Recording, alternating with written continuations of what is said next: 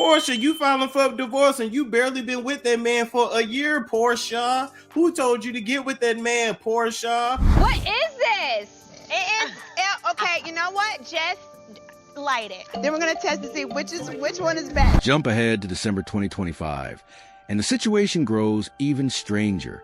Diddy's appeal is officially underway. His projected release date quietly shifts to May 2028, with no public explanation offered. At the same time, his legal team goes on the offensive, accusing Netflix of using unlawfully obtained footage in its explosive documentary series and floating the threat of lawsuits. I also think, too, y'all don't give Porsha no grace, but when we met Porsha on Real Housewives of Atlanta, she was young and she was married. It wasn't a good situation at all, but she was young and she was married. And since then, Porsha has been serious in monogamy with, like, it's not like we've seen Porsha out here just dating a bunch of random people. Every time we've seen her pop out with someone, it's been to the point where it's serious, right?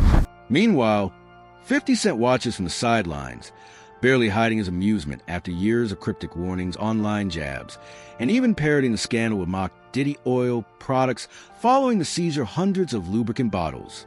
The documentary itself doesn't merely recycle old accusations. It introduces new perspectives. Jurors from the trial openly admit they were unsettled by what they saw. Former insider with this challenge, because people were like, well, why do you want to challenge? Like, what would that do? Because the judge made it really clear.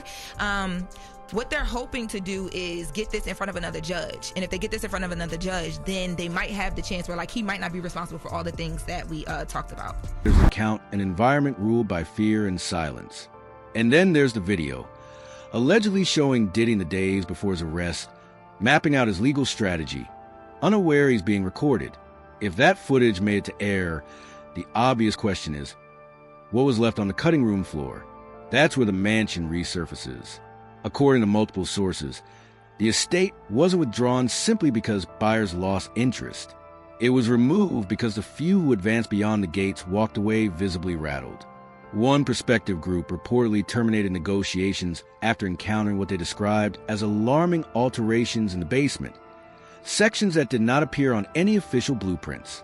Another buyer allegedly stumbled upon a room lined with unusually dense soundproofing, prompting uncomfortable questions about his intent. Because according to these court documents, Simon Gobadia applied for U.S. citizenship and was denied due to his criminal past. Intended use. And then there are the tunnels. Not the ornamental pool grotto highlighted in glossy listings, but narrow, unmarked corridors extending from the main structure, ending in locked doors for which no tour participant had keys. When questioned, celebrity listing agent Kurt Rappaport is said to have brushed off concerns, attributing the areas to ongoing renovations. But that explanation begins to unravel when investigators' records reportedly show the estate security system logging frequent late-night access to those tunnel doors, activity that coincided with a period when the so-called freak-off gatherings were allegedly at their height. At that point, the mansion stops being a passive backdrop. It becomes an active character in the story, one that knows far too much. Diddy's camp continues to dismiss the controversy as background noise, insisting the delisting was purely about discretion, about waiting for a more suitable buyer. But that explanation collapses under even minimal scrutiny.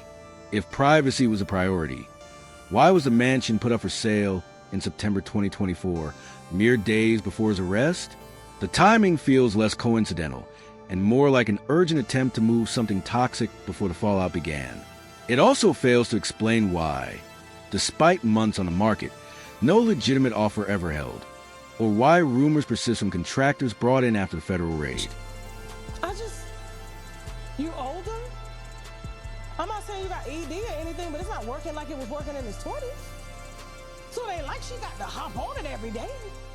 Maybe twice a month at that. This man just likes to work, travel, and have a companion. All Porsha was a companion to a scammer that had everything under control. If he was a scammer. Several claimed they were tasked with closing off specific sections of the house before it was shown again. Closing off what exactly? The underground passages? The camera-equipped rooms? The space is referenced in Rodney Lil Rod Jones' lawsuit, where he alleges Diddy stored his most compromising material. As these questions linger, the legal pressure continues to mount. Just last month, the Los Angeles County Sheriff Department quietly launched a new investigation involving alleged battery tied to Diddy's name. Civil cases keep stacking up. Who said that? Porsha Williams coming back to Real Housewives of Atlanta? That's false. But Porsha Guabadia is in the building. Many of them pointing to the Beverly Hills estate as the central location where everything allegedly unfolded. Then there's the appeal. Diddy's final real chance at freedom before 2028. His attorneys argue the judge crossed a line, acting like an extra juror, imposing a punishment they say far exceeded the convictions. And here's the crucial detail.